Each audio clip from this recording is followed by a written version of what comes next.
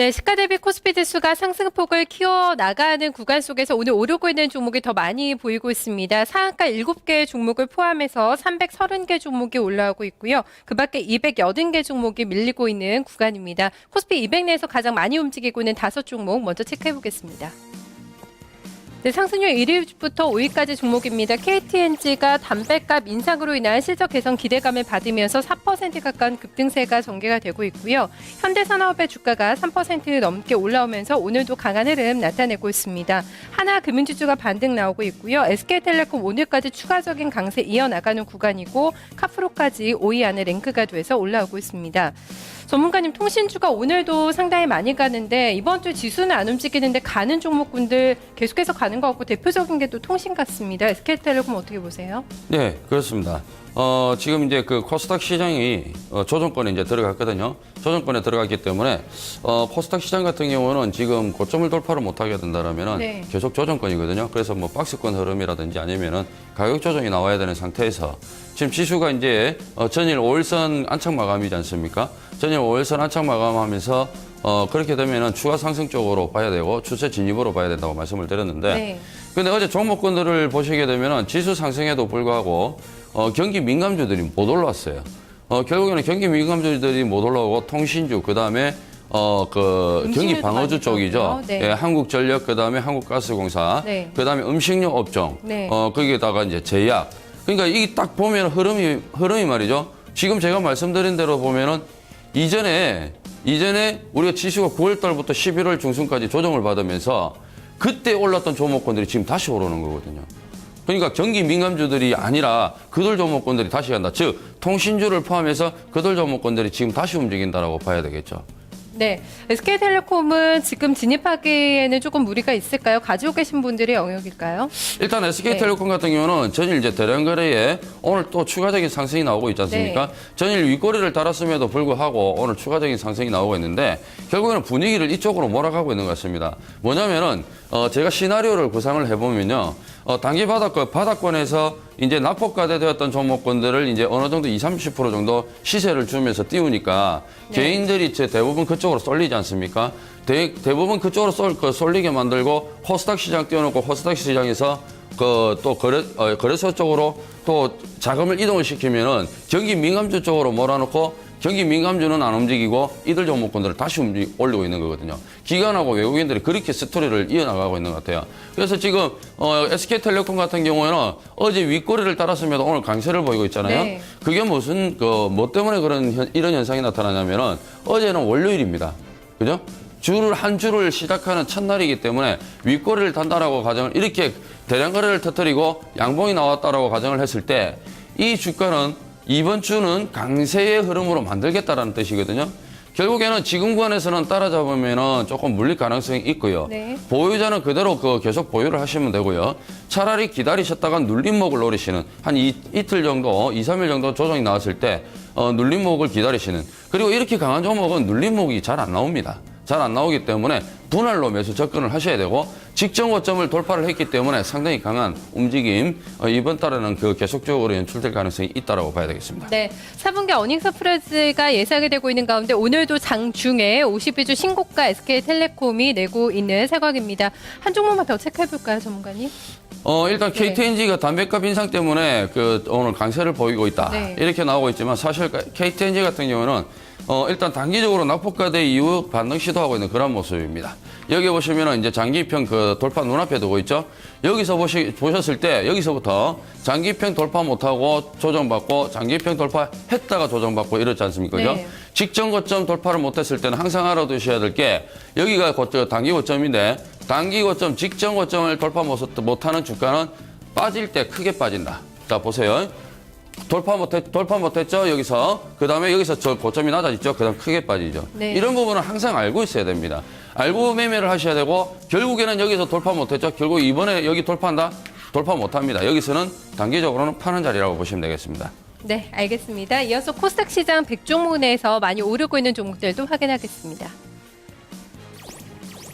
네, 파트론이 1위로 올라오고 있습니다. 오늘 다시 신고가를 쓰고 있는 종목입니다. 파트론 1위에 랭크가 되고 있고요. 안내비 또 올라옵니다. 3% 넘게 상승하는 구간에서 46,000원권 기록하고 있고요. 실적에 대한 기대감을 받고 있는 포스코 ICT 2% 상승, 로엔과 솔브레인까지 종목들 같이 올라오고 있습니다. 코스닥에서도 가는 종목들이 계속 가는데 대표적으로 뭐 파트론을 볼 수 있지 않을까 싶거든요. 실적주죠. 한번 체크해 주실까요? 그렇습니다. 파트론 같은 경우 파트론뿐만이 아니라 저 옵트론텍 그다음에 뭐 어제 많이 떨어졌지만 S맥 이런 종목들 네. 같은 경우는 갤럭시 포 그 생산 라인에 이제 포함이 돼 있는 그 회사들이거든요. 그렇기 때문에 이제 갤럭시 포가 이제 3, 4월 달 이제 그 출시가 될 것이다 이런 이야기가 나오고 있거든요. 그렇다면은 지금 굉장히 그 라인 가동이 굉장히 바쁠 거란 말이죠. 그 갤럭시 포의 그 출시에 맞추려면은. 그럼 결국에는 4, 4분기뿐만이 아니라 올해 그 작년 4, 4분기뿐만이 아니라 올해 1, 4분기 실적까지 같이 그 예상을 하면서 이런 주가들은 그 판단을 해야 되는 거거든요. 네. 그 지금 파트론 같은 경우는 또 신고가를 보이고 있지 않습니까? 추세 자체가 굉장히 강하거든요. 자, 주봉 한번 보도록 하겠습니다. 자, 주봉을 보시면은 이런 종목군들을 매매를 할 때, 매매 결정을 지을 때 주봉에서 어떤 흐름을 보이느냐가 중요한 거거든요. 어제 가격 조정 딱 보이더니 바로 반등 시도가 나오지 않습니까? 그러니까 어제 이런 그 음봉 눌림목 줄 때 그런 때가 매수 타이밍이거든요. 네. 그러니까 주초 약세 강세, 주초 약세 주후반 강세. 그러니까 뭐냐면은 5일선 위에 있기 때문에 이 주봉이지만 5주선이지만 5일선으로 본다라면은 5일선 위에 있기 때문에 전약 후강 이렇게 되는 거거든요. 그럼 반대로 5일선 아래에 있으면요. 전강 후약이 되거든요. 그러니까 5일선 아래에 있는 종목군들은 초반에는 강세, 후반에는 약세이기 때문에 음봉을 기록하는 거고 5월선 위에 있는 종목군들은 전반에는 약세, 후반에는 강세, 그래서 양봉을 기록하는 거거든요. 자, 월봉 한번 보겠습니다. 월봉을 보시면은 자, 월봉이 자, 보세요. 이익 차이가 거의 없죠. 그러니까 얘는 신고가를 계속 갱신하면은 여기 이익이 좁아지거든요. 네. 그러니까 파트론 같은 경우는 최소한 못해도 2월 초순까지 2월 초순까지는 볼 필요성이 있고요. 이런 흐름이 연말에 강했기 때문에 파트론 같은 경우 연초까지는 강세 흐름을 이어갈 수 있다. 즉, 그러니까 2월 초까지는 한번 강한 움직임이 보인다. 이렇게 볼 수가 있겠죠. 들고 계신 분들은 계속 좀 들고 가면 될 것 같습니다. 그렇습니다. 파트론 사상 최대 실적 전망이 나오고 있는데요. 오늘도 신고가를 쓰고 있는 구간에서 외국계 매수가 상당히 강하다는 점 확인이 되고 있습니다. 이번에는 유가증권시장에서 밀리고 있는 종목들 확인하겠습니다. 네, 코스피 200 내에서 가장 크게 좀 하락하고 있는 종목 1위가 웅진에너지로 올라오고 있습니다. 오늘 차익 매물을 받으면서 6% 넘게 급락하고 있고요. OCI가 조정입니다. 3% 넘게 하락하고 있고 대사항이 어제 신고가 내고 오늘 매물 소화합니다. 그리고 선진, 지오텍, 한국전력 마찬가지인데요. 오늘 고점 냈던 종목들, 어제 고점 냈던 종목들 일부 좀 매물 소화하고 있는 모습 체크가 되고 있습니다. 대표적으로 그런 종목이 오늘 대상 한국전력 이렇게 좀 보이네요. 예, 빠르게 네. 좀 짚어드릴게요. 웅진에너지부터 짚어드리겠습니다. 네. 자, 웅진에너지 같은 경우는 어제 웅진케미칼이 상한가를 들어가면 웅진에너지도 상한가 들어갑니다라고 이야기 드렸잖아요. 네. 그죠? 그쪽으로 매물 쏠리기 때문인데, 자, 아침에 소폭 갭상승 나왔다가 조정받죠? 이게 아침에 분봉을 봤을 때요, 아침에 이게 매물이 다 쏟아진 거라면은 이 종목은 지금 현재 이 시점이 단타 자리, 이 자리가 저점 자리고요. 이 자리에서는 사서 단타를 치는 구간입니다. 예, 사서 단타를 치는 구간이고 조정을 받으면 내일 그 오전까지는 조정을 받을 수 있다라는 점 네. 참고하시고 장중 단타는 충분히 가능하다라고 보시면 될 것 같습니다. 자, 두 번째 이제 대상을 한번 보도록 하겠습니다. 자, 대상을 보면은 어제 그 꼬리를 달았습니다. 그죠? 윗꼬리를 달았습니다. 앞으로 이제 이 대상이 지금 어제 음봉을 기록하면서 윗꼬리를 달았거든요. 그렇다면 이제 고점의 기준은 이 음봉 윗꼬리가 될 것입니다. 네. 이 음봉 윗꼬리를 돌파를 못하면은 이 종목은 앞으로 조정이다라고 보시면 됩니다. 그런데 지금 어제 하락이 어제 왜 이거 오늘 아침에 뭐 때문에 조정받냐면은 이게 이제 가속도의 법칙. 네. 예. 그러니까 한 방향으로 진행하려고 하는 방향 쪽으로 조금 쏠리는 그런 현상이거든요. 그러니까 어제 오후에 이렇게 밀렸단 말이에요. 밀려다 보니까 아침에 이렇게 조정을 받는 거거든요. 그렇다면 아침에 하락세를 멈추는 구간, 그 구간이 1차적으로 매수하는 구간, 내일 하루 조정 나온다라면은 추가적으로 배팅하는 구간. 그래서 이런 종목군들은 단기적으로 조정 나올 때는 매수 관점으로 한번 체크해 볼 수 있는 그런 전략이고요. 주봉의 흐름을 보시면은 주봉이 살아있단 말이에요. 주봉이 살아있기 때문에 자, 보십시오. 이격차가 있을 뿐이지 살아있단 말이죠. 네. 그렇기 때문에 이제 20주선하고 5주선하고 이게 이렇게 벌어져야 되거든요. 그렇다면은 조정 자체가 크게 안 나온다고요. 그래서 이런 종목군들은 눌림 조정에서 사신다라면 다시 한 번 더 단기 시세는 나올 수가 있어요. 한전도 제가 그냥 주봉하고 일봉만 간단하게 봐드릴게요. 한전 같은 경우, 한국전력 같은 경우에도 말이죠.